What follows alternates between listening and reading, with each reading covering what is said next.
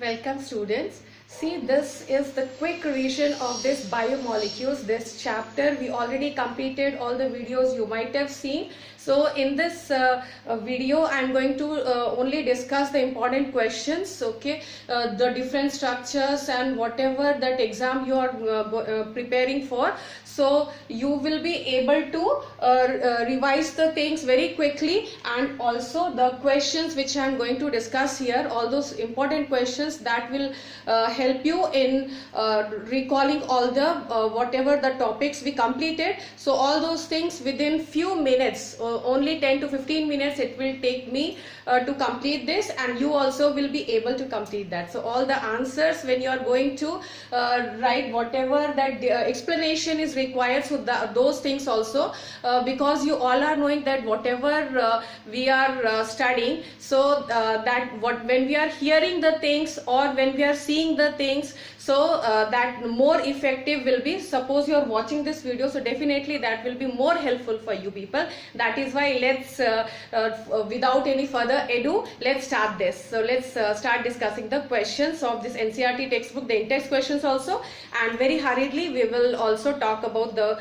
important other than the questions which are given in the textbook. So those questions means the board examinations, that pattern also we will see, and those questions which were asked in the previous year examination. So those questions also we are going to include in this. Okay, so let's prepare for this biomolecules. Let's start.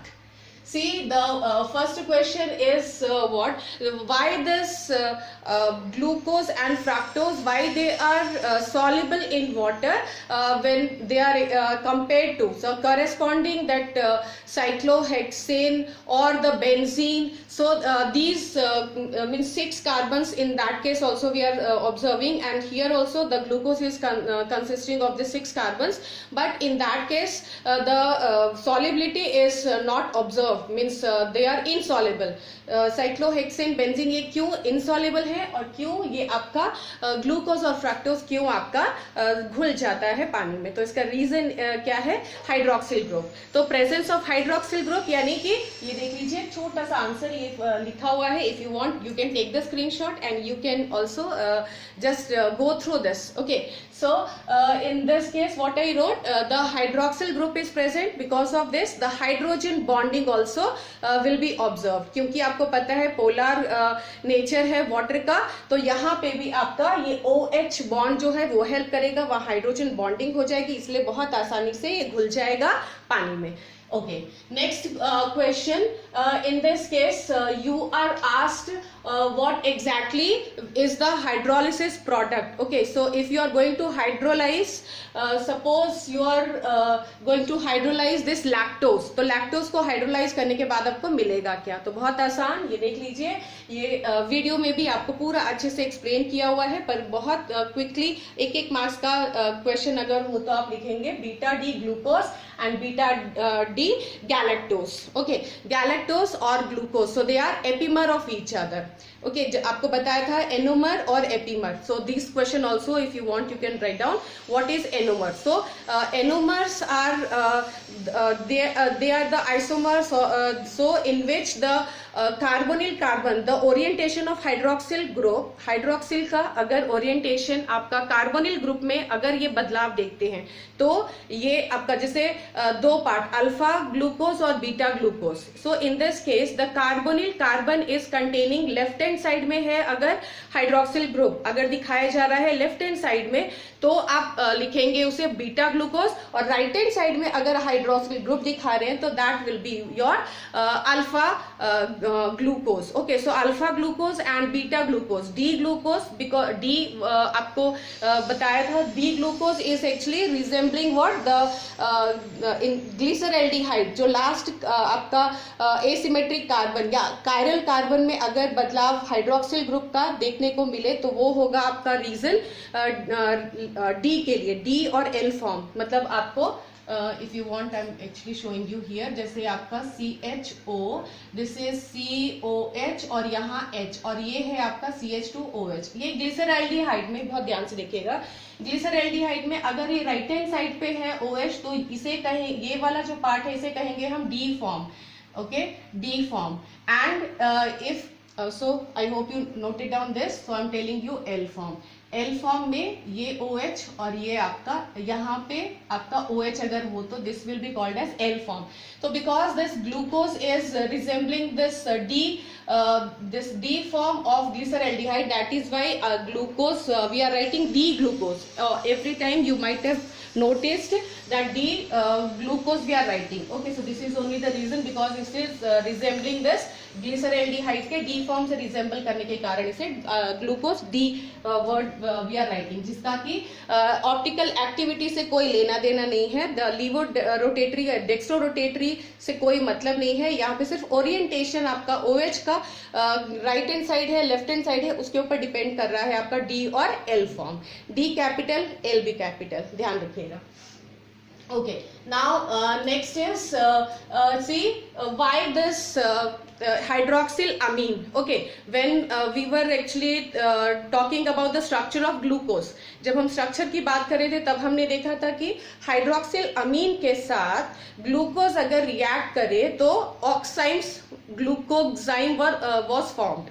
तो अगर ये कब हुआ, जब आपका aqueous solution of glucose, okay, so aqueous solution of glucose उसमें आपका जो साइक्लिक स्ट्रक्चर है वो खुल जा रहा है, वो ओपन स्ट्रक्चर बन जा रहा है, इसीलिए वो हाइड्रोक्सिल अमीन के साथ, और हाइड्रोक्सिल अमीन के साथ एल्डिहाइडिक ग्रुप है वही रिएक्शन देके ऑक्साइम बना पा रहा है. तो ये हमने देखा था स्ट्रक्चर के साथ, हमने अच्छे से एक्सप्लेन किया था वीडियो में, और उसमें आपने देखा कि ऑक्साइम बन रहा है, और उसी से हमें समझ में आया कि carbonyl carbon is also present, that C double bond O is present in case of this glucose. तो ये था हमारा that evidence.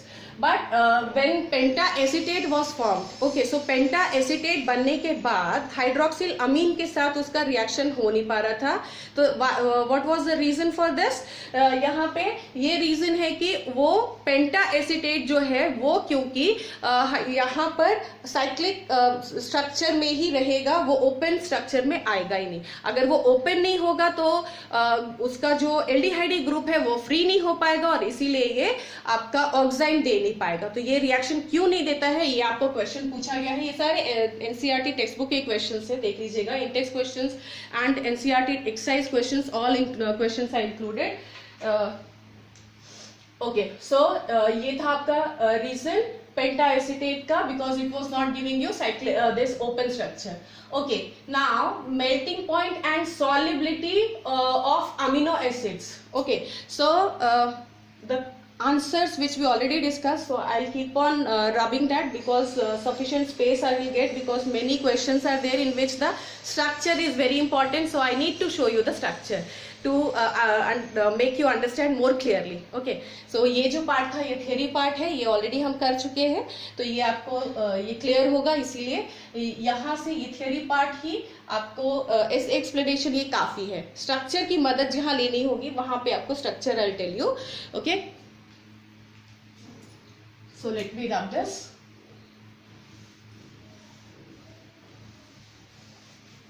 Okay, these questions we completed. Now, melting point and solubility of amino acids. If you are comparing them with this halo acids, okay.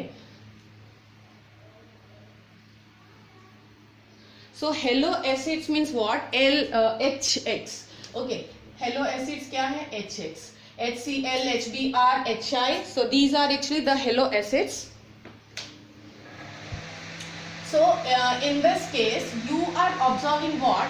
यहाँ पे मान लीजिए कि आपका solubility आपका अमीनो एसिड, तो अमीनो एसिड है क्या, देख लीजिए बेटा, यहाँ पे आपका ये पार्ट अमीनो अल्फा, और हमेशा आपको पता होगा alpha amino acid, we are actually talking about alpha amino acid. क्यों? क्योंकि अल्फा अमीनो एसिड्स ही प्रोटीन बनाते हैं, और हमारा जो पार्ट है हम प्रोटीन को ही पढ़ पा रहे हैं. तो यहाँ पर हम प्रोटीन को पढ़ रहे हैं, इसलिए we are giving more stress to this alpha amino acid. ऐसा नहीं कि सिर्फ अल्फा अमीनो एसिड्स ही प्रेजेंट है, alpha, beta, gamma, delta, so all different types of amino acids are present, और 20 amino acids, main important amino acids आपके 20 amino acids हैं.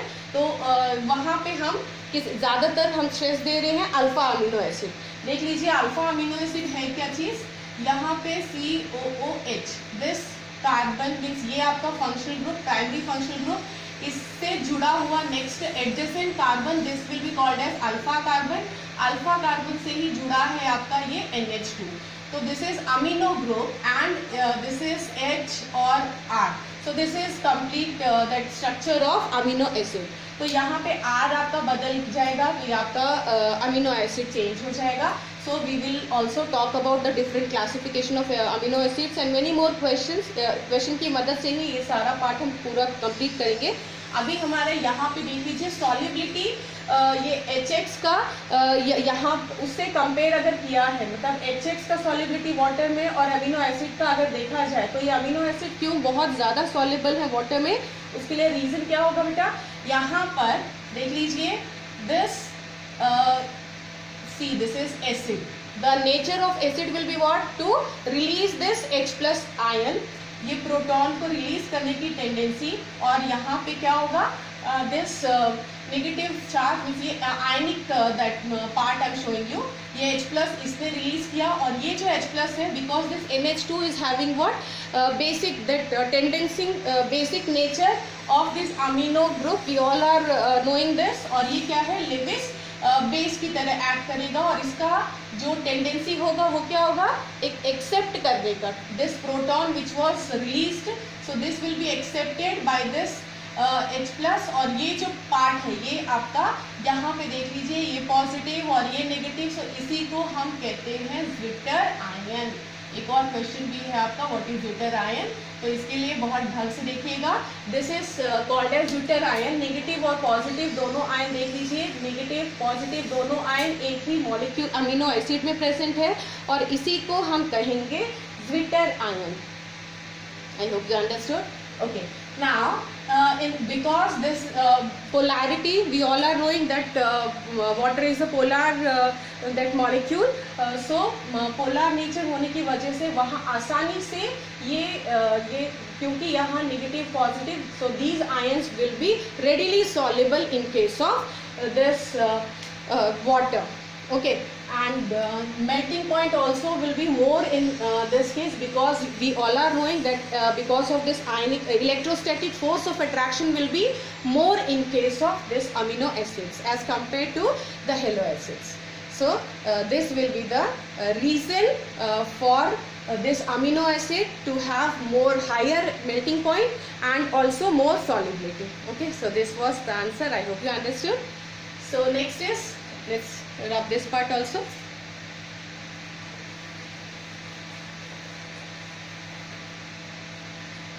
Okay, so now next is what, why the question in your textbook it is given that in egg after boiling what exactly is happening to the water which was present in the egg. Okay, so this was the question, क्या होता है पानी जो egg में है वो चला कहाँ जाता है, तो उसके लिए रीज़न क्या है, because when we are boiling it, when we are heating that, so pH में भी चेंज अगर करें तो द प्रोटीन गेट्स डीनेचर्ड यानी अपना अस्तित्व खो जाना, अब या फिर native confirmation of protein will be lost when it is subjected to heat or this change in pH or see this extreme conditions of this temperature, so that native conformation will be lost. So this is only called as denaturation of protein. अगर denaturation of protein अगर ऐसे भी आपको question दिया जाए तो इस तरह से आप आंसर लिख लेंगे. This was the means complete that definition and explanation for this denaturation. ठीक है, आई होप यू अंडरस्टूड.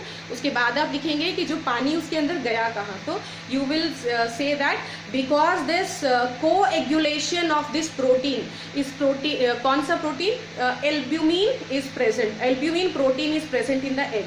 तो ये जो एग एल्ब्यूमिन है, so that actually got denatured, that got coagulated. तो इस कोएगुलेशन के लिए the water will be absorbed by them, by this protein, water absorb कर लिया जाएगा, और यही जो है ये this water also will be used for making this hydrogen bond. तो इस तरह से water will get absorb in this case.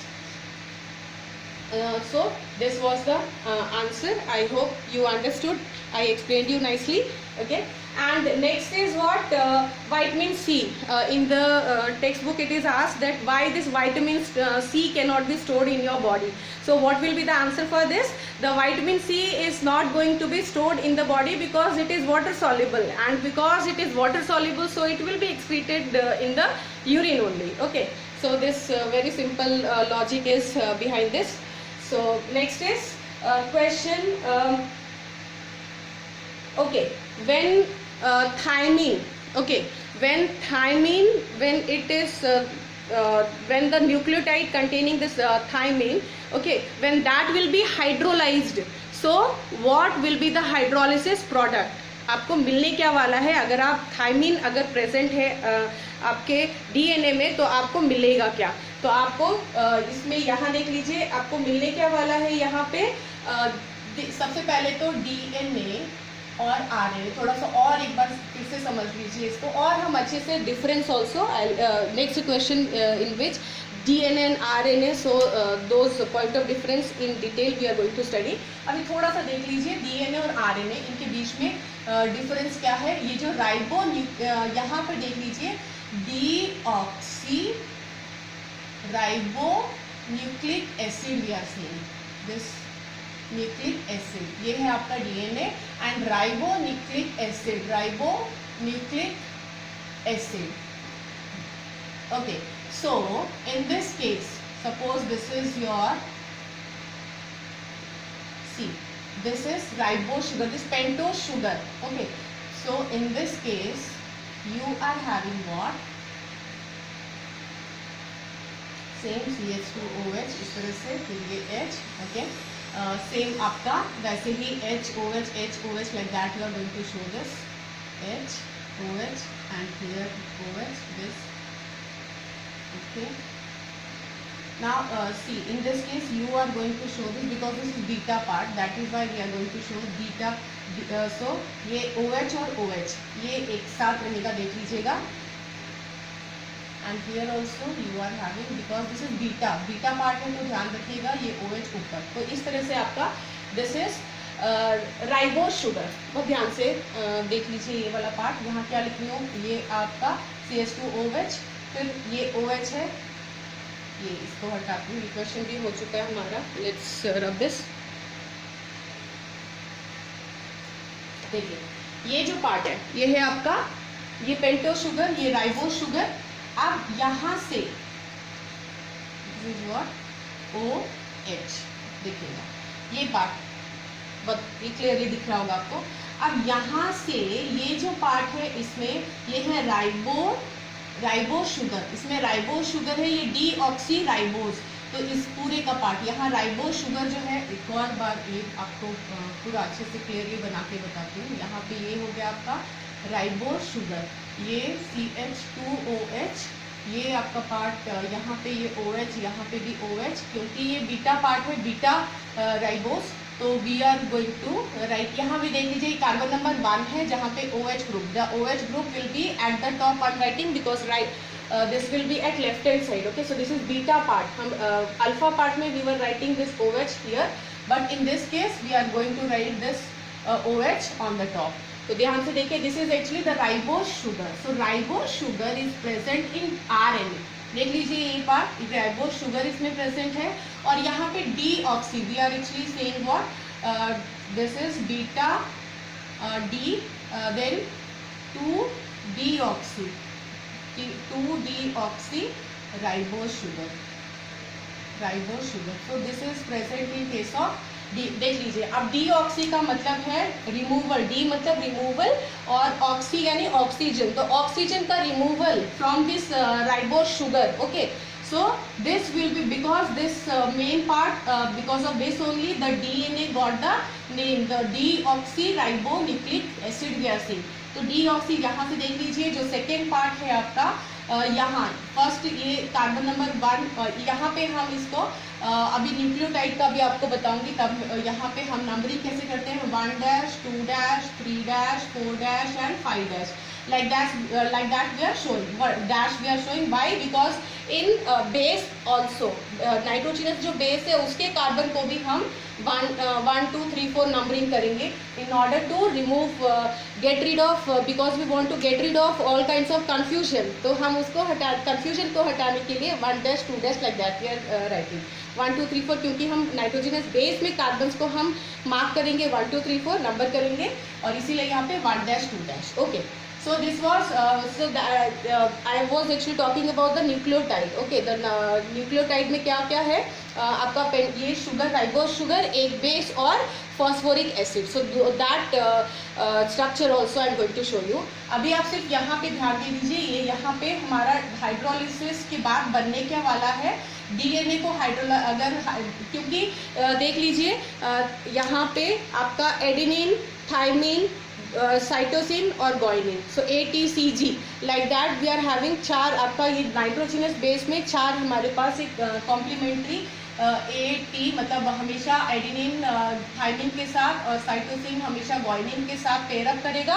और ये सारा हमने न्यूक्लिक एसिड पार्ट में हम ऑलरेडी देख चुके हैं. तो यहाँ पे देख लीजिए बेटा, यहाँ क्या होगा ये ATCG इस तरह से कॉम्प्लीमेंट्री ये पेयर बनेंगे. और यहाँ क्योंकि थाइमिन कहा गया है क्योंकि देखिए डीएनए है या आरएनए है वो भी आपको बताया नहीं गया है. क्वेश्चन में क्या है आपको कहा गया है कि अगर वो थाइमिन प्रेजेंट है अगर आपका न्यूक्लिक एसिड में तो हाइड्रोलिसिस के बाद प्रोडक्ट्स क्या बनेंगे. ठीक है, तो हाइड्रोलिसिस के बाद प्रोडक्ट क्या बनेंगे डीएनए के 3 कंपोनेंट्स क्या क्या हैं. एक तो आपका डीऑक्सी राइबोस शुगर ये पार्ट आपका दिस पार्ट, फिर उसके बाद आपका फॉस्फोरिक एसिड H3PO4 और फिर आपका नाइट्रोजनस बेस. ठीक है, तो नाइट्रोजनस बेस इसमें आपका एडेनिन थाइमिन साइटोसिन और ग्वाइनिन है डीएनए के केस में. और आरएनए में होगा in place of this thymine uracil is present. तो अगर यूरेसिल कहा गया होता तो आप हाइड्रोलिसिस प्रोडक्ट आरएनए के केस में लिखते. यहाँ पे थाइमिन कहा गया है तो thymine is present in DNA. तो हाइड्रोलिसिस प्रोडक्ट हमारा ये होगा beta D 2 deoxy ribose sugar plus phosphoric acid H3PO4. So this will B और हमारा जो नाइट्रोजनस बेस. तो ये 3 आपके कंपोनेंट्स जो होंगे हाइड्रोलिसिस के बाद ये सारे कंपोनेंट्स आपको मिल जाएंगे when you are actually hydrolysing the nucleic acid containing thymine. यानी कि डीएनए को हाइड्रोलाइज करने के बाद आपको मिलेंगे क्या. ये है आपका क्वेश्चन. तो आपका आंसर क्या है, ये आपका beta D 2 deoxy ribose sugar plus phosphoric acid plus nitrogenous base. Okay, so these 3 hydrolysis product you are going to get in case of DNA. Okay, now next is let's rub this also. Okay, one question is given because the questions I haven't written here, only the one line or just in half line actually I wrote here the answers in order to explain it very nicely. The explanation is going on very nicely. Details I am telling you, एक एक चीज़ आपको बताया जा रहा है क्योंकि बहुत सारे क्वेश्चंस लिखे जा चुके हों आपके पास. ये इसमें आप तुरंत से इसको समझ जाए और आपने स्क्रीनशॉट लिया है उससे आपको बहुत जल्दी से आप समझ पाए और आपके पास बहुत कम टाइम है रिवाइज करने के लिए. That is why I just road only a bit और एक्सप्लेन आपको अच्छे से किया जा रहा है. आप इसको ढंग से इस पूरा वीडियो देखने के बाद ये biomolecules chapter definitely will be nicely prepared. Okay, चलिए ये रब करें, ये समझ में आ गया आपको. अब यहाँ देख लीजिए vitamin C also this is done. Thymine ये आपका hydrolysis product this is also done. Okay, RNA यहाँ पे आपको एक क्वेश्चन दिया हुआ है कि क्वांटिटेटिवली अगर आपको डीएनए के केस में आप क्वांटिटेटिवली पता कर पाते हैं कि एडेनिन थाइमिन साइटोसिन ग्वाइनिन इन सब का कितना क्वांटिटी होगा. ठीक है, तो ये this can be determined in case of DNA but why not in RNA. तो the reason is just I wrote here because the RNA is single stranded. क्या मतलब है इसका, जैसे मान लीजिए कि this double helical suppose one this nucleotide ये आपका इस तरह से ये स्ट्रक्चर। तो यहाँ पे आपका नाइट्रोजन बेस, यहाँ पे होता क्या है AT, देन CG, और हाँ ये भी ध्यान रखिएगा A और T इन दोनों के बीच में जो हाइड्रोजन बॉन्ड है, तो number of hydrogen bond, so do remember number of hydrogen bond in case of number of hydrogen bond in case of this A and T means when they are combining, okay, adenine and thymine when they are combining, so number of hydrogen bond will be 2, और अगर C और G when they are combining, okay, ये complementary है, ये कभी भी adenine guanine के साथ या साइटोसिन के साथ कभी भी पेयर अप नहीं करेगा, ये सिर्फ और सिर्फ एडेनिन थाइमिन के साथ ही पेयर अप करेगा। तो ध्यान दीजिए जितना इसका अमाउंट है, सपोज ये 20 ये आपका मान लीजिए 50% ये पार्ट है, 50% तो नहीं, जैसे 30% मान लो, दिस वन इज 30%, ये भी आपका 30% है, तो बाकी बचा हुआ पार्ट ये 20% और ये 20%, इस तरह से 100% will be you can nicely calculate bye them. मतलब क्योंकि आपका ये डबल स्टैंडर्ड है, तो जैसे जितना अमाउंट एडेनिन का होगा सेम अमाउंट आपका थाइमिन का होगा, ये आप यहाँ से प्रेडिक्ट कर पाएंगे। और जो बाकी बचा हुआ पार्ट है, because they are also in equal amounts, तो इसका अमाउंट बहुत आसानी से आप पता कर पाएंगे। अगर एक का आपको यहाँ पे परसेंटेज दिया हुआ है या क्वांटिटी एक का पता है, तो दूसरे का सेम होगा, ये आपको पता है, और जो बाकी कॉम्प्लीमेंट्री हैं ये एक दूसरे के, तो उसमें से आप आसानी से ये पता कर पाएंगे कि साइटोसिन और ग्वानिन कितना है। तो क्योंकि ये डबल स्टैंडर्ड है डीएनए, तो उसमें आसानी से क्वांटिटी का पता लगाया जा सकता है। और because this RNA is single standard, उसमें एडेनिन कितना है, यूरेसिल कितना है, साइटोसिन ग्वानिन कितना अमाउंट है, that can not be predicted because no complementary pairs are being observed in case of RNA. तो इस तरह से क्वांटिटी का पता आप आरएनए में नहीं कर पाएंगे। ठीक है, आई hope you understood this part. Now next monosaccharides. So what monosaccharides are? तो उसके लिए definition क्या होगा बेटा? Monosaccharides they are the carbohydrates, okay, which cannot be further hydrolyzed. They are not going to give you more fragments, or the simpler units cannot be formed after hydrolysis in case of monosaccharides. क्या देख लीजिए, monosaccharide जो कि hydrolysis के बाद और simpler units में divide ना हो पाए, तो that carbohydrate will be known as monosaccharides. Okay, so this also is clear to you. बहुत आसान ये part. Next, okay, Fehling solution and what are reducing sugars and non-reducing sugars. So let's talk about this also. Okay, reducing and non-reducing, ये disaccharides में ये आपको help करेगा। देख लीजिए यहाँ पर, देखिए डाइसैकेराइड जैसे सुक्रोज, ये क्वेश्चन है, यहाँ 3 ही डाइसैकेराइड्स है आपके कोर्स में, lactose, sucrose and maltose. Okay, यहाँ पर ये sucrose is non reducing sugar, बहुत अच्छे से ये समझिएगा। This aldehydic part also is having this. Tollens reagent क्या है, फेलिंग्स रिएजेंट क्या है, ये भी हम एल्डिहाइड कीटोनिक पार्ट है उसमें भी कवर कर चुके हैं। फिर से यहाँ से रिवाइज कर लीजिए, देख लीजिए। सुक्रोज ये बनता है आपका, सुक्रोज का this what monosaccharides are present in sucrose. ये हाइड्रोलिसिस के बाद क्या क्या मिलेगा आपको, एक मिलता है this alpha D glucose, okay, and beta D fructose, ये मिलता है आपको ग्लूकोज और फ्रक्टोज। यहाँ देख लीजिए अल्फा डी ग्लूकोज, तो इस अल्फा डी ग्लूकोज ये भी हम यहाँ पे देख लीजिए कैसे बना लेंगे।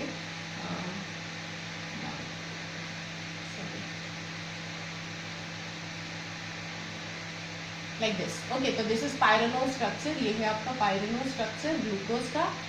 ये देखिए इस तरह से हार्वर्ड स्ट्रक्चर की मदद से हम समझ रहे हैं। यहाँ पर देख लीजिए ये जो पार्ट है फटाफट, इसमें भी this is alpha D glucose, तो अल्फा पार्ट है, यानी यहाँ पे देख लीजिए ये जो हाइड्रोक्सिल ग्रुप होगा वो नीचे होगा। Then in this case this second carbon number 3 will have OH here, because left hand side में हाइड्रोक्सिल ग्रुप, यहाँ पे फोर्थ वाला part in this case also this OH और यहाँ पर ये H, यहाँ पे है दिस इज CH2OH, यहाँ ये H। ओके, ये है आपका this alpha D glucose. Now beta D fructose. Okay, so beta D fructose, in that case the furanol structure देख लीजिए, इस तरह से बना लीजिए ये पार्ट यहाँ। ओके, यहाँ पे C1 ये देख लीजिए, ये है आपका C1, ये राइट हैंड साइड में OH ग्रुप, ये है अल्फा डी ग्लूकोज, ध्यान रखिएगा अल्फा डी ग्लूकोज। अल्फा में यहाँ नीचे हम दिखाते हैं क्योंकि राइट हैंड साइड पे OH ग्रुप होगा फिशर प्रोजेक्शन फॉर्मूला में, और यहाँ नीचे हम दिखा रहे हैं हेवर्थ फॉर्मूला में OH। Okay, now in this case C OH ये आपका beta fructose, so in this case you are having C beta fructose में आपका ये जो कार्बन नंबर 1 है, यहाँ पर देख लीजिए, इस कार्बन नंबर 1 के पास ये CH2OH, यहाँ पे भी CH2OH। ओके, देन ये आपका पार्ट यहाँ OH, this is OH। Okay, now 1 2 3 4 5। okay, now in this case see this carbonyl carbon, okay, the OH and H, see यहाँ से आपका ये, यहाँ से ये पार्ट O, मतलब आपका glycosidic bond will be form. Glycosidic bond होता क्या है बेटा, देख लीजिए फिर से, ये आपका था OH, यहाँ पे ये आपका OH एक ये, और यहाँ से एक H, या ये पार्ट निकलने के बाद जो बच गया है, ओके, तो यहाँ से आपका बन क्या जाएगा, ग्लाइकोसिडिक बॉन्ड। तो यहाँ रिमूवल ऑफ दिस वाटर, आपका वाटर मॉलिक्यूल निकलने के बाद glycosidic bond will be form, और ग्लाइकोसिडिक बॉन्ड बन रहा है carbon number 1 of this alpha D glucose and beta D, this is what beta D fructose, beta D fructose. और इस ग्लूकोज अल्फा डी ग्लूकोज से आपका एक ये जो पार्ट है, यहाँ से आपका glycosidic bond will be form. ये आप देख लीजिए, यहाँ से ये हटा दीजिए, OH यहाँ से हट गया, ये आपका O, ये इससे जुड़ेगा, तो ये this is what, this is glycosidic bond, यही है आपका ग्लाइकोसिडिक बॉन्ड। देख लीजिए ग्लाइकोसिडिक बॉन्ड यानी रिमूवल ऑफ वाटर। ओके, तो क्योंकि ये कार्बोनिल ग्रुप था ग्लूकोज का, और ये कार्बोनिल ग्रुप है फ्रक्टोज का, इन दोनों के बीच से water molecule has been removed, तो दिस यहाँ से कार्बोनिल ग्रुप जो दोनों ही यहाँ पे देख लीजिए कोई भी फ्री नहीं है, और फ्री नहीं होने के कारण यहाँ पे क्योंकि एल्डिहाइड ग्रुप ही है जो कि माइल्ड ऑक्सीडाइजिंग एजेंट से यहाँ पे रिड्यूसिंग शुगर, मतलब यहाँ पे माइल्ड ऑक्सीडाइजिंग एजेंट को रिड्यूस करने का जो टेंडेंसी है वो एल्डिहाइड ग्रुप का है। और क्योंकि एल्डिहाइड ग्रुप यहाँ देख लीजिए, ये जो एल्डिहाइड ग्रुप है that will B that is actually making bond with this OH group of this first carbon of see the carbonyl carbon, ये फ्रक्टोज का, और ये वाला जो यहाँ से CHO ग्रुप जो फर्स्ट ग्लूकोज का, ये दोनों ही यहाँ पे बॉन्ड बना रहे हैं, ग्लाइकोसिडिक बॉन्ड, जिसकी वजह से यहाँ पे कोई CHO ग्रुप जो है, एल्डिहाइड ग्रुप जो है वो फ्री नहीं है, और इस वजह से ये टॉलेंस और फेलिंग सॉल्यूशन को भी और टॉलेंस रिएजेंट को भी रिड्यूस नहीं कर पाएंगे। देख लीजिए टॉलेंस रिएजेंट ये है क्या, सिल्वर अमोनिक, यहाँ पे silver nitrate, okay, silver nitrate and this is ammoniacal silver nitrate, we are saying to this. ये पूरा एक कॉम्प्लेक्स बनता है, डायरेक्ट में कॉम्प्लेक्स लिखिए, देख लीजिए AgNH3, this is plus also was having with this Ag, और यहाँ से आपका NO3, ये इसको भी compensate करने के लिए this NO3 will also come and compensate the charge. इसके ऊपर NO3 के ऊपर नेगेटिव चार्ज और इस कॉम्प्लेक्स के ऊपर पॉजिटिव चार्ज। यहाँ पे ये तो देख लीजिए, ये जो पार्ट है ये ammonia, because this is neutral, zero charge है इसके ऊपर, तो Ag के ऊपर है +1 चार्ज, तो इस कॉम्प्लेक्स के ऊपर आएगा +1 चार्ज, जो कि कंपेंसेट किया जाएगा इस नाइट्रेट के आयन के द्वारा। So this ammonical silver nitrate, okay, so this only is this complex is also this complex is Tollens reagent। तो इस Tollens reagent को रिड्यूस करता है और खुद ऑक्सीडाइज हो जाएगा ये एल्डिहाइड ग्रुप। तो ये टेस्ट क्यों, ये सुक्रोज जो है वो नहीं दे पा रहा है, क्यों? क्योंकि C1 और C2 बॉन्ड बन रहा है इसमें, और आप इसमें लैक्टोज और माल्टोज, ओके, यहाँ पे बहुत ध्यान से समझिएगा। माल्टोज के अंदर C1C4 ग्लाइकोसिडिक लिंकेज बनने की वजह से, C1C4 यानी देख लीजिए यहाँ पे, इनको समझिएगा, कार्बोनिल कार्बन यहाँ पे भी था, ये वाला जो पार्ट है ये भी आपका कार्बोनिल कार्बन, क्योंकि आपको पता है कि C+O ये प्रेजेंट है आपका सेकेंड कार्बन में। दिस इज यहाँ ग्लाइकोसिडिक बॉन्ड बन रहा है इसका C1 और C2 ऑफ फ्रक्टोज। देखिएगा C1 आपका ये अल्फा डी ग्लूकोज का C1 कार्बन, और C2 कार्बन कार्बोनिल ग्रुप है, C1 carbon C2 carbon, so they are actually carbonyl का एक एल्डिहाइडिक ग्रुप है, एक कीटोनिक ग्रुप है कार्बोनिल कार्बन। तो दोनों ही मिलकर ग्लाइकोसिडिक बॉन्ड यहाँ पे बना रहे हैं। इस वजह से हो क्या रहा है यहाँ पे, see this will be what, ये इसकी वजह से हो क्या रहा है कि फ्री एल्डिहाइडिक ग्रुप नहीं होने की वजह से यहाँ पे वो ये टॉलेंस रिएजेंट को और फेलिंग सॉल्यूशन को रिड्यूस नहीं कर पाएगा। I hope you understood. और फेलिंग टेस्ट में दिस कॉपर सल्फेट एंड ये Fehling test, Fehling A solution and Fehling B solution. तो Fehling B is what, sodium potassium, the Rochelle salt we are saying sodium potassium tartrate, okay. तो ये Fehling B, Fehling A, equimolar that solution freshly prepared किया जाता है, क्योंकि ये तुरंत decompose हो जाएगा, इसलिए रखा हुआ फेलिंग सॉल्यूशन नहीं बल्कि बनाया हुआ फ्रेशली प्रिपेयर्ड फेलिंग सॉल्यूशन के साथ इसका टेस्ट करवाया जाता है, ठीक है। तो क्योंकि ये रिड्यूस, ये सुक्रोज जो है वो रिड्यूस नहीं कर पा रहा है, कारण क्या है, यहाँ पे एल्डिहाइडिक ग्रुप जो है वो फ्री नहीं है, क्योंकि बॉन्ड ग्लाइकोसिडिक बॉन्ड जो है C1 और C2 कार्बन के बीच में बन रहा है।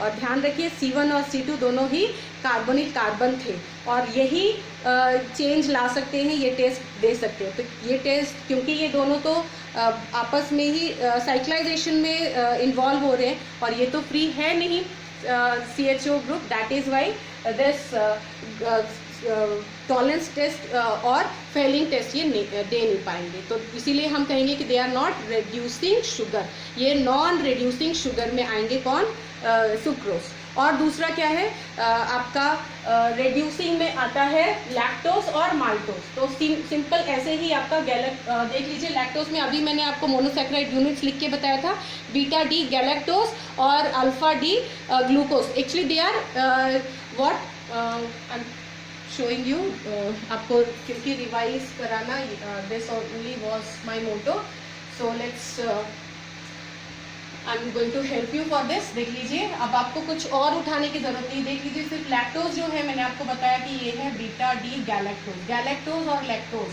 इनमें अंतर क्या है देख लीजिए बेटा, यहाँ पे आपका ये जो पार्ट है सी, दिस इज C+O, ये आपका H, फिर यहाँ 1 2 3 4, ये पार्ट आपको ज़्यादा अच्छे से समझ में आएगा, फिशर प्रोडक्शन फॉर्मूला में हम शोइंग यू।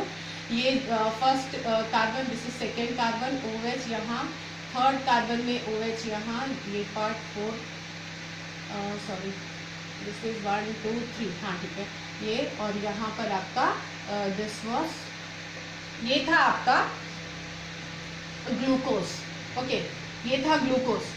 इस ग्लूकोज में अगर ये जो ए कायरल कार्बन है या एसिमेट्रिक कार्बन, कायरल कार्बन, ये 4 कायरल कार्बन है, कायरल कार्बन या एसिमेट्रिक कार्बन भी कहा जाता है इसे, एसिमेट्रिक, ओके। यहाँ ये पार्ट क्यों, क्योंकि चारों बॉन्ड इसके डिफरेंट ग्रुप से जुड़े हैं और ये कायरल कार्बन कहलाता है, ठीक है। तो ये जो कायरल कार्बन का ओरिएंटेशन यहाँ हाइड्रोक्सिल ग्रुप का, यहाँ पे राइट हैंड साइड में अगर ये है तो ये ग्लूकोज है, this is glucose, D glucose. और अगर ये यहाँ पे ये अगर चेंज आ जाए, यहाँ H और ये OH अगर इस तरह से हो जाए तो ये बन जाएगा गैलेक्टोज, दिस इज गैलेक्टोज। तो ये alpha D, this galactose we are having now.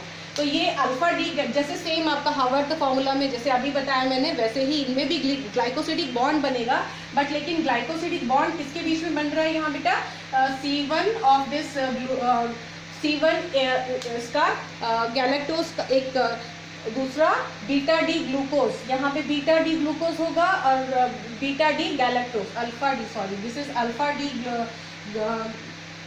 Sorry this is beta D galactose. और बीटा डी क्यों है, यहाँ पे भी आप इसको चेंज कर लीजिए, क्योंकि ये बीटा और अल्फा सिर्फ और सिर्फ हम तभी दिखा पाएंगे जब हम यहाँ पे ये पार्ट आपका, ये जो फर्स्ट, ध्यान से देखिएगा इसको, ये जो है साइक्लाइजेशन, हम इसमें साइक्लाइजेशन देखेंगे, ये यहाँ से ये जो पार्ट है ये आपका ऑक्सीजन से जुड़ा हुआ, तो ये आप इस तरफ दिखा दीजिए, यहाँ से ये जो पार्ट है ये ऑक्सीजन से जुड़ा हुआ, ठीक। तो ये साइक्लाइजेशन, ये क्योंकि ये फर्स्ट कार्बन, ये जो फर्स्ट कार्बन है, इस फर्स्ट कार्बन में OH आपका लेफ्ट हैंड साइड है, इसीलिए ये होगा आपका बीटा डी, यहाँ आपका गैलेक्टोज। क्यों गैलेक्टोज, क्योंकि फोर्थ कार्बन में orientation of hydroxyl group is different, ये आप ध्यान दीजिएगा ये। और अगर एसिमेट्रिक कार्बन में हाइड्रोक्सिल ग्रुप का बदलाव देखा जाए तो हम उसे कहेंगे एपीमर, और एनोमर यानी कार्बोनिल ग्रुप, मतलब पहले वाले देख लीजिए, ये अल्फा और बीटा, मतलब ये बीटा फॉर्म है, अभी अल्फा फॉर्म मैंने लिखा था, राइट हैंड साइड में अगर OH होगा तो अल्फा, अगर लेफ्ट हैंड साइड में होगा तो बीटा, और इसे हम कहेंगे एनोमर। तो एनोमर और एपीमर बहुत ध्यान से समझिएगा, अगर कार्बोनिल कार्बन में हाइड्रोक्सिल ग्रुप का ओरिएंटेशन डिफरेंट है, then we are saying they are anomers of each other. अगर एक का लेफ्ट में एक का राइट में होगा, दो आपके पास स्ट्रक्चर्स जो होंगे वो दोनों अल्फा बीटा कहलाएंगे। राइट हैंड साइड में अगर OH ग्रुप है तो अल्फा, लेफ्ट हैंड साइड में ये है आपका बीटा, और अल्फा और beta these are actually anomers of each other. और यहाँ पे क्योंकि बदलाव है ग्लूकोज और गैलेक्टोज, तो they are epimers of each other. एक और एपीमर आपको मेनोज भी अगर आपको आए, मेनोज भी एपीमर है ग्लूकोज का, मतलब वहाँ C2, यहाँ कार्बन नंबर 2 में बदलाव, मतलब OH आपका इस साइड होगा और H इस साइड, बाकी सारा सेम, तो वो भी आपका एपीमर होगा। तो जो इन कायरल कार्बन में अगर डिफरेंस देखते हैं, OH का ओरिएंटेशन अगर चेंज किया जा रहा है तो that will be the called as epimer. Okay, chiral carbon में डिफरेंस की वजह से एपीमर, और कार्बोनिल कार्बन में अगर आपका फर्स्ट कार्बन में अगर डिफरेंस है तो that will be called as anomer. So I hope you understood epimer also, and anomer and epimer both are clear. अब यहाँ पे देख लीजिए, ये था हमारा दिस वाज लैक्टोज। लैक्टोज किससे मिलकर बनता है, बीटा डी गैलेक्टोज और बीटा डी ग्लूकोज की मदद से। और यहाँ पे क्योंकि आपका C1 और C4 ग्लाइकोसिडिक लिंकेज, तो देख लीजिए आपका C1 कार्बोनिल कार्बन है, लेकिन C4 आपका गैलेक्टोज और यहाँ ग्लूकोज के केस में ये आपका दोनों ही C1 ही कार्बोनिल कार्बन होगा, galactose as well as in glucose, but those both are not involved in glycosidic linkage. Linkage किसके बीच में बन रहा है, C4 और C1 के बीच में। मतलब यहाँ पे जो एक C1 कार्बोनिल कार्बन जो होगा वो ग्लूकोज का वो फ्री है, और इसीलिए वो CHO ग्रुप जो उसका जो फ्री CHO ग्रुप है, तो that CHO group is going to reduce this tolerance reagent and this Fehling solution also, क्योंकि वो reduce कर पाएगा, CHO ग्रुप उसका फ्री है। देख लीजिए C1 और C4 के बीच में ग्लाइकोसिडिक बॉन्ड बन रहा है, एक C1 एक कार्बोनिल ग्रुप फ्री होने की वजह से ये reduce कर पाएगा, इसीलिए this is called as reducing sugar। और माल्टोज में भी बहुत ध्यान से देखिएगा, maltose is also the maltose is combination of two monosaccharide जो बनते हैं हाइड्रोलिसिस के दौरान, तो वो है alpha D glucose, alpha D glucose और अल्फा डी ग्लूकोज दोनों ही सेम है। किस केस में? माल्टोज के केस में। तो ध्यान दीजिएगा, माल्टोज के केस में भी क्योंकि ग्लाइकोसिडिक बॉन्ड C1 और C4 के बीच में बन रहा है, तो एक सी, देखिए दोनों ही C1 कार्बोनिल कार्बन होंगे, दोनों ही ग्लाइकोसिडिक बॉन्ड में इन्वॉल्व नहीं होने की वजह से ये एक C1 CHO ग्रुप जो है वो फ्री होगा। तो देख लीजिए अल्फा डी ग्लूकोज और अल्फा डी ग्लूकोज का अगर कॉम्बिनेशन आप देखें तो यहाँ पे इस तरह से ये जो पार्ट होगा, यहाँ अल्फा डी ग्लूकोज यानी OH नीचे, यहाँ पे भी OH नीचे, यहाँ OH ऊपर, यहाँ दिस विल बी CH2OH, ये भी आपका fourth part, this is also. तो ये हो गया आपका alpha D C, this is alpha D glucose. तो ये जो अल्फा डी ग्लूकोज ये जो पार्ट है, इसके फोर्थ कार्बन से ये आपका पार्ट जो नीचे आपका इस तरह से ऐसे, ये यहाँ पर आप ऐसा दिखा दें इसको,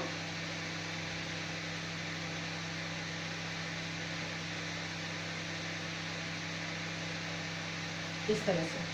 तो ये जो फोर्थ कार्बन है इसके बीच में ग्लाइकोसिडिक बॉन्ड यहाँ बन रहा है, और ये जो पार्ट है ये ऑक्सीजन यहाँ, तो ये यहाँ से जो आपका ये देख लीजिए यहाँ पे जो आपका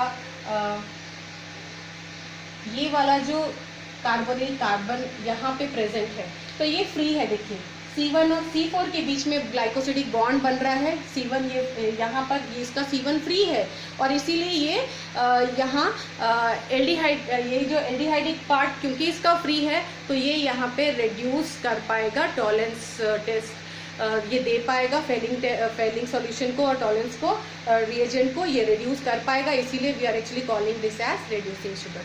तो सबसे पहले ध्यान दीजिएगा, लैक्टोज रिड्यूसिंग शुगर है, माल्टोज रिड्यूसिंग शुगर है, लेकिन sucrose is non reducing sugar. Why sucrose is non reducing sugar? Because the glycosidic bond is between the carbonyl carbon. C1 आपका ग्लूकोज का और C2 आपका फ्रक्टोज का, ये दोनों आपस में ग्लाइकोसिडिक बॉन्ड बना रहे हैं, जिसकी वजह से this sucrose is not going to reduce this tolerance test and tolerance reagent and Feli's solution also. I hope you understood. So this part is also clear. Okay, now monosaccharides we already saw this. Now functions. Okay, so functions of see the functions of polysaccharides. So functions of polysaccharides, तो यहाँ पे देख लीजिए starch और cellulose plants में आपको functions बताने हैं।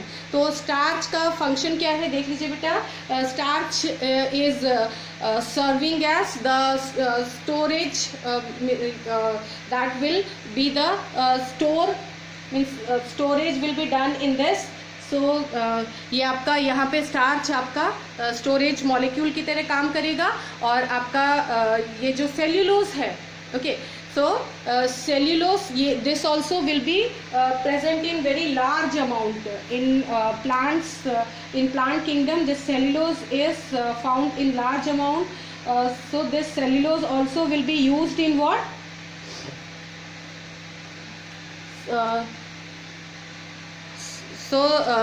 cellulose in this case, see how the plant cell and the animal cell, how they are different from each other, because of this cell wall, because the cell wall is present in this the plant cell wall का presence, और यहाँ animal cell में ऐसा कुछ नहीं है। तो ये प्रेजेंस ये किसकी वजह से है? सेल्यूलोज की वजह से। तो cellulose actually is helping in building the cell wall. तो सेल वॉल बनाने का काम ये सेल्यूलोज का होगा। तो दो फंक्शन, दो कार्य क्या हैं इनके पॉलीसैकेराइड्स के, एक तो है स्टार्च और दूसरा है सेल्यूलोज जो कि प्लांट्स में। तो एक ये स्टार्च का काम है, this is actually storage molecule, and this cellulose is going to build the cell wall.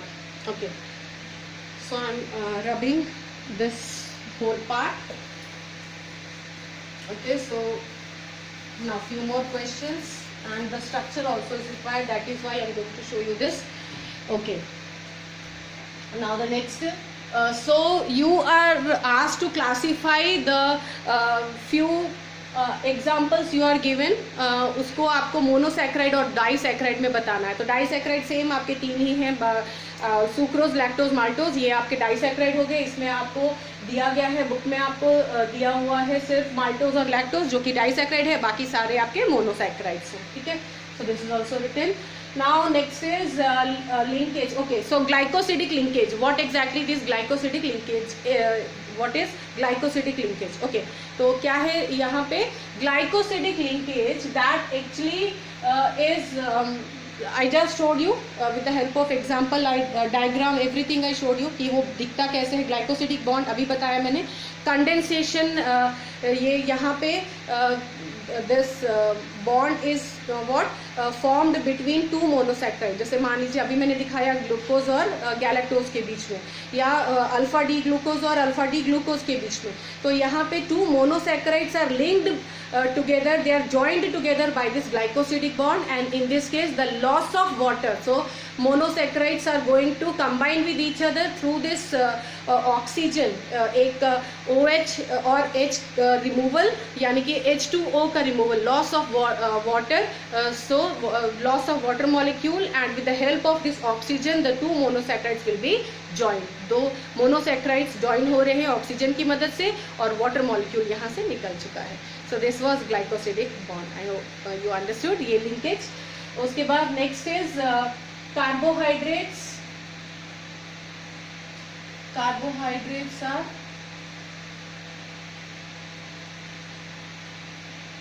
okay. Glycogen. Glycogen के बारे में बोला गया है कि ग्लाइकोजन क्या है. तो यहाँ जैसे आपका स्टोरेज पार्ट आपने देखा, storage molecule was starch in case of plants. तो वैसे ही स्टोरेज मॉलिक्यूल आपका यहाँ पे energy that will B stored in as means in the form of glycogen in case of animals. तो animals का ये आप animal starch भी कह सकते हैं. जैसे starch वहाँ आपका स्टोर करने का काम कर रहा है, वैसे ही animal that starch is glycogen. So this is also going to store this energy. और जब भी when the body is in need of energy, okay, so at that time this glycogen is going to get hydrolyzed and then the glucose will be formed. Okay, so glucose जो कि हमें energy giving substance, so that will be formed by the digestion और hydrolysis of this glycogen, जो कि हमारे adipose tissues में ये सारी जगहों पे ये तो ग्लाइकोजन है. तो ये आपको देखने को मिलेगा. तो ग्लाइकोजन के बारे में डेफिनेशन पूछा है, कार्य पूछा है, इनका फंक्शन. तो ये ग्लाइकोजन का भी. फिर स्टार्च का, this starch is starch is storage molecule, that is clear. And also this starch is consisting of two that components. एक तो है amylose, दूसरा है amylopectin. देख लीजिएगा amylopectin और amylose. So इनमें यहाँ पे देख लीजिए जैसे alpha D glucose. Okay, so alpha D glucose, यहाँ ये जो पार्ट है ये सारा हमें ऑलरेडी पता है, बार बार क्या लिखना. यहाँ देखिए ये जो पार्ट है अल्फा डी ग्लूकोज, यहाँ से ये यहाँ ऑक्सीजन. ओके, तो ये सारा लिख लीजिए वैसे ही सारा कुछ. This is OH, this is OH, here you are having OH and this is CH2OH. Same वैसे ही ये जो पार्ट है ये C1 देख लीजिए, this is C1 and C4, this is C4. यहाँ पे ये देख लीजिए ये है आपका दिस इज OH, ये इस तरह से है आपका. यहाँ पे OH, यहाँ ये H, ये पार्ट आपका H, ये OH.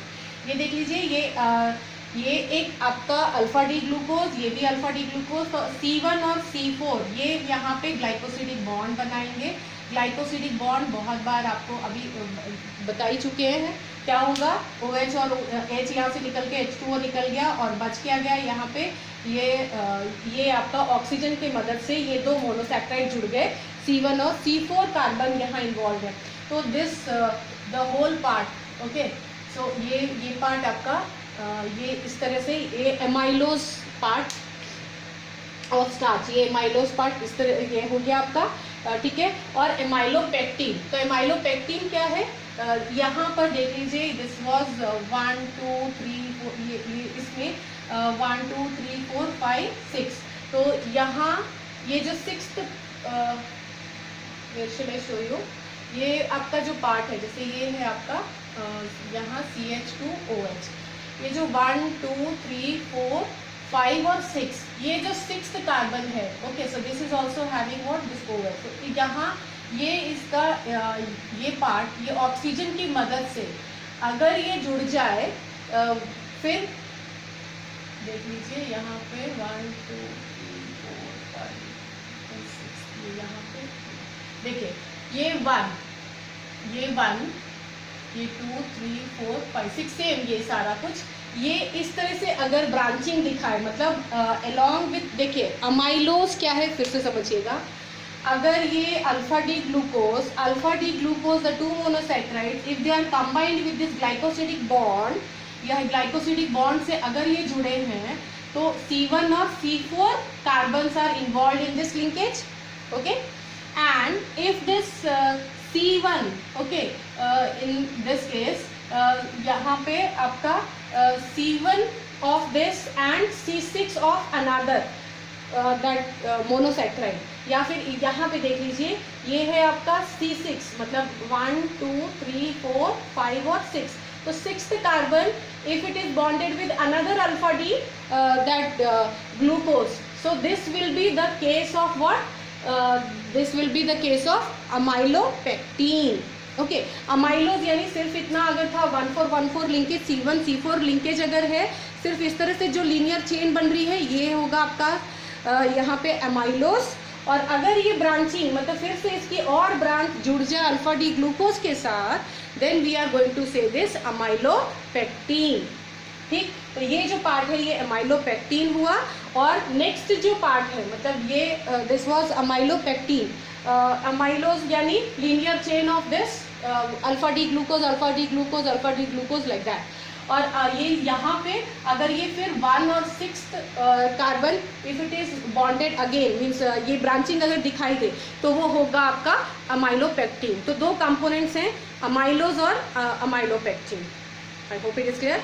Now next is what, अगर ये ब्रांचिंग और ज़्यादा सघन और ज़्यादा गहन, बहुत ज़्यादा ब्रांचेस का इंटेंसिटी बहुत ज़्यादा दिखने लगे, बहुत हाईली ब्रांच्ड अगर हो, तो फिर वही amylopectin, the same amylopectin, that will be known as what, that will be called as glycogen, ठीक है। जो अमाइलोपेक्टिन की तरह लेकिन ज़्यादा ब्रांचिंग अगर बहुत ज़्यादा दिखाई दे, तो वो वैसा स्ट्रक्चर हो जाएगा आपका ग्लाइकोजन का, ठीक है। सो स्टार्च और सेल्यूलोज, ओके, तो starch, so this was all about starch, amylose और amylopectin, so these were the structure of starch. अब सेल्यूलोज, तो सेल्यूलोज और स्टार्च में अंतर क्या है, वही आपको क्वेश्चन दिया हुआ है।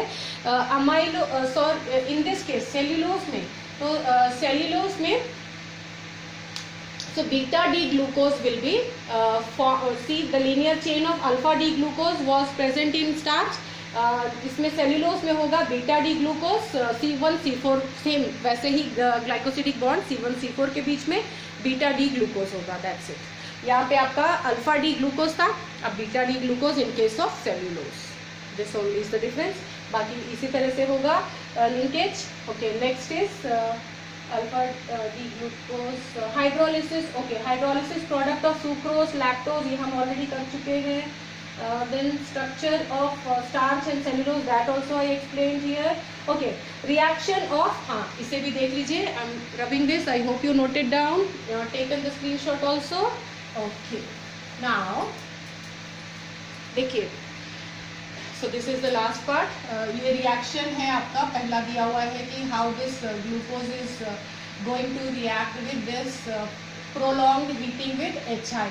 तो आपका यहाँ अगर इसी तरह से लिखते हैं CHO, this CHOH 4 times and CH2OH, अगर ये रिएक्ट कर रहा है HI के साथ बहुत हीट करने के बाद, तो मिल रहा है आपको C6H14, मतलब ये आपका लीनियर चेन होगा, CH3 CH2 this 4 times and then CH3, इस तरह से।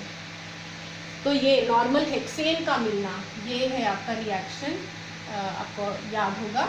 तो ये हमने देखा था कि ब्रांचिंग ग्लूकोज में पाई नहीं जाती, ये कंफर्म हुआ था इसी रिएक्शन से। चलिए अब रिएक्शन देख लीजिए विद ब्रोमिंग वाटर।